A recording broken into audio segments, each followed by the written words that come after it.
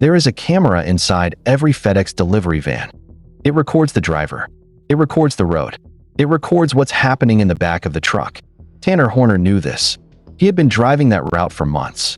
He knew exactly where the camera was mounted and what angle it covered. He knew what it could see, and he still did it anyway.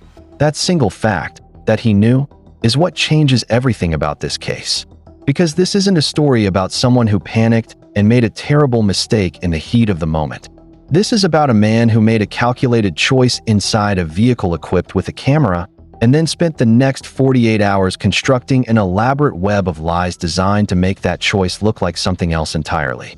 So before we go any further, I need you to understand something. Panic doesn't make someone lean down to a 7-year-old girl, look her in the eye, and say the words he said. "Don't scream or I'll hurt you." Twice. He said it twice. The question isn't whether he did it. He pled guilty. The question is, how did a man like Tanner Horner end up in that driveway in the first place? And who put him there? November 30th, 2022. Paradise, Texas. Population, about 500 people. 40 miles northwest of Fort Worth. The kind of place where people still leave their doors unlocked. Where kids play in the front yard after school. Where a FedEx van pulling into your driveway on a Wednesday afternoon is the most unremarkable thing that can happen. And that's exactly what was happening at the Strand family home that day. Tanner Lynn Horner, 31 years old, had a delivery to make. He was driving for a Dallas-based contractor called Big Topspin. Just a regular delivery. A package for the Strand family. Inside the box, Barbie dolls. A Christmas gift. But here's what the family didn't know. Here's what no one on that quiet street knew. Tanner Horner had a history. He lived with autism. His parents had struggled with substance abuse. He'd lacked access to mental health services until he turned 18. Court filings would later describe his childhood home as unstable. He'd reportedly been exposed to high levels of lead as a child. He was raised, in large part, by his grandmother. This is a man who needed support, who needed intervention, who needed someone, at some point, to look at his background and ask, should this person be given a uniform and sent to families' front doors? But we'll come back to that, because right now, it's late afternoon in Paradise, Texas, and 7-year-old Athena Strand is about to disappear. Athena had been sorting laundry in a converted storage shed that served as her and her sister's bedroom. Her stepmother, Ashley, was inside the main house cooking dinner. When dinner was ready, Ashley called for Athena. No answer. She went looking. She thought maybe Athena was playing hide and seek. You know how kids are. But Athena wasn't hiding. At exactly 6:41 p.m., Ashley Strand called 911. She had never seen Tanner Horner before that day. And somewhere on a delivery route across Wise County, the man who had just taken her stepdaughter was finishing his shift. An Amber Alert was issued immediately. The response was massive. An estimated 300 community members joined the search effort. Volunteers brought their own equipment, which included four-wheelers, horses, dogs, all to help law enforcement and game wardens comb through the area. They searched fields. They searched the woods. They searched church parking lots in the dark. They were looking for Athena, and Tanner Horner was watching them look. Because when investigators came to him, and they did come to him, because the FedEx delivery was traced directly to the Strand home, he had a story ready.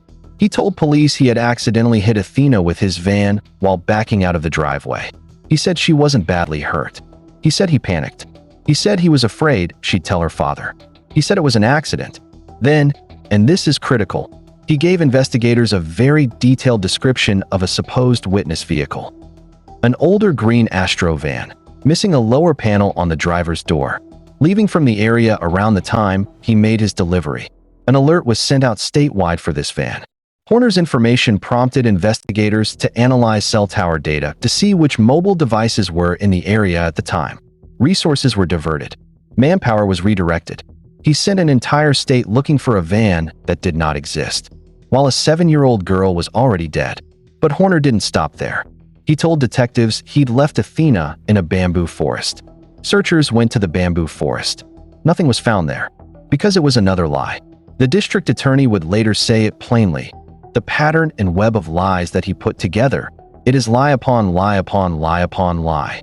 The green van, the bamboo forest, the panic story, the accident narrative. And while he was feeding investigators false leads, while 300 volunteers were searching fields in the cold, while Ashley Strand was praying her stepdaughter was just lost somewhere. Here's what breaks the story open. The company in charge of the camera software used inside FedEx trucks was called Velociter. They're based in North Carolina. So investigators reached out to Velociter, and the company provided them with video from inside Horner's truck. At the time, they sent 2 short clips. And what those clips showed destroyed every single word Tanner Horner had said. Texas Ranger Job Espinoza reviewed the footage. He said, "I saw that Athena was alive and that she was placed in that FedEx van by Mr. Horner. Not hit by the van, not accidentally struck. Placed, deliberately, by hand." Prosecutors stated that Athena was uninjured when Horner put her into the vehicle. And the first thing he said to her, the very first words out of his mouth, were, "Don't scream or I'll hurt you." He said it twice. This wasn't a man who panicked after an accident. This was a man who knew the camera was recording, who covered it anyway, who still said those horrifying words to a 7-year-old child, who then spent 48 hours trying to redirect an entire investigation while her family searched in the dark, because he figured that if there was no body, there was no crime. During his interrogation, after the camera footage had destroyed his story, Horner finally told the truth. During the abduction, Athena asked him if he was a kidnapper. Horner admitted he tried to break her neck. When that didn't work, he strangled her, using both hands. He kept her body in the back of the van for a period of time after killing her. Then he drove to a Love's Travel stop to get cleaning supplies. Next, he drove out to some woods, and, these are his words, "I just kind of tossed her body into the trees." Then he drove back to the depot, and he clocked out, like it was just another Wednesday. April 7th, 2026. Tanner Horner walks into a Fort Worth courtroom and pleads guilty to capital murder. Just like that, the trial over before it even began. The jury now has to decide only one thing, whether he lives or dies. That part of the justice system worked, more or less. Here's the part that didn't. When WFAA, a local news station, asked FedEx some pretty basic questions, the response they got should make your blood run cold. They asked, how long had Horner been contracted to work with FedEx? When did he begin driving? How many drivers were contracted through Big Top Spin? What are your prescribed hiring protocols? The FedEx spokesperson replied, service provider companies utilize their own employees, vehicles, and equipment. As such, we are not at liberty to discuss details of personnel employed by service providers. Not at liberty. Let me tell you what that means in plain English. It means, not our problem. Why? Because the address for Big Top Spin, the contractor that hired Tanner Horner, was listed in arrest documents as a residential home in Dallas. Not a corporate office. Not a warehouse. A house. A man operating a delivery subcontract out of a house in Dallas put Tanner Horner in a FedEx van and sent him to families' front doors. And when a child died, the company whose logo was on that van said, "Not our employee, not our responsibility." The lawsuit filed by Athena's father states that Big Top Spin and FedEx breached the duty of care, including in the negligent hiring of Tanner Horner, in failing to properly investigate his criminal history, mental health history, and prior employment. Athena's mother's lawsuit put it even more directly.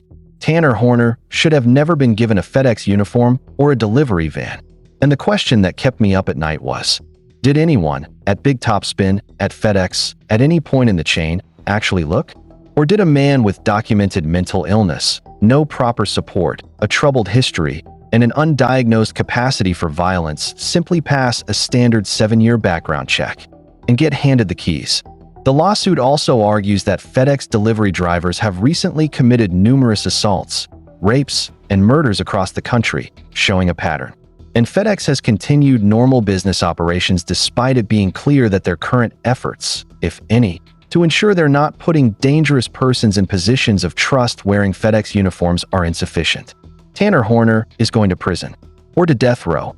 One man, one conviction, but Big Top Spin is still out there. The contractor model is still out there. The loophole that lets a billion-dollar company hand its logo to a residential subcontractor and then say, "Not our employee," when something goes wrong, is still out there. And right now, at this very moment, the next van is pulling into someone's driveway. Athena Strand was 7 years old. She loved drawing. She stood up for herself. Her last journal entry for school was about safety, about staying away from strangers. It was part of Red Ribbon Week. She was taught to be careful. She did everything right.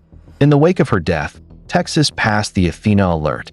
It's a localized emergency notification system designed to bridge the gap before a statewide Amber Alert can be issued. It's a law named after a 7-year-old girl, a system that might save someone else. But the civil lawsuits against FedEx and Big Topspin are still working through the courts. No executive has been charged. No contractor policy has been publicly overhauled. No one who put that man in that van has stood in front of a judge. Athena Strand, Athena's stepmother, said her other daughter, now 14 years old, runs and hides when she sees delivery drivers. She has nightmares. Her education has been impacted. She said, "I'm not the same. I don't trust anybody." And how could she? A 7-year-old girl trusted the world. The world sent her a man in a uniform. And no one, at any point in the chain, had bothered to ask the right questions about who he was before they handed him the keys. Sentencing is still ongoing. I'll keep you updated as the verdict comes in. Make sure you subscribe to get more details.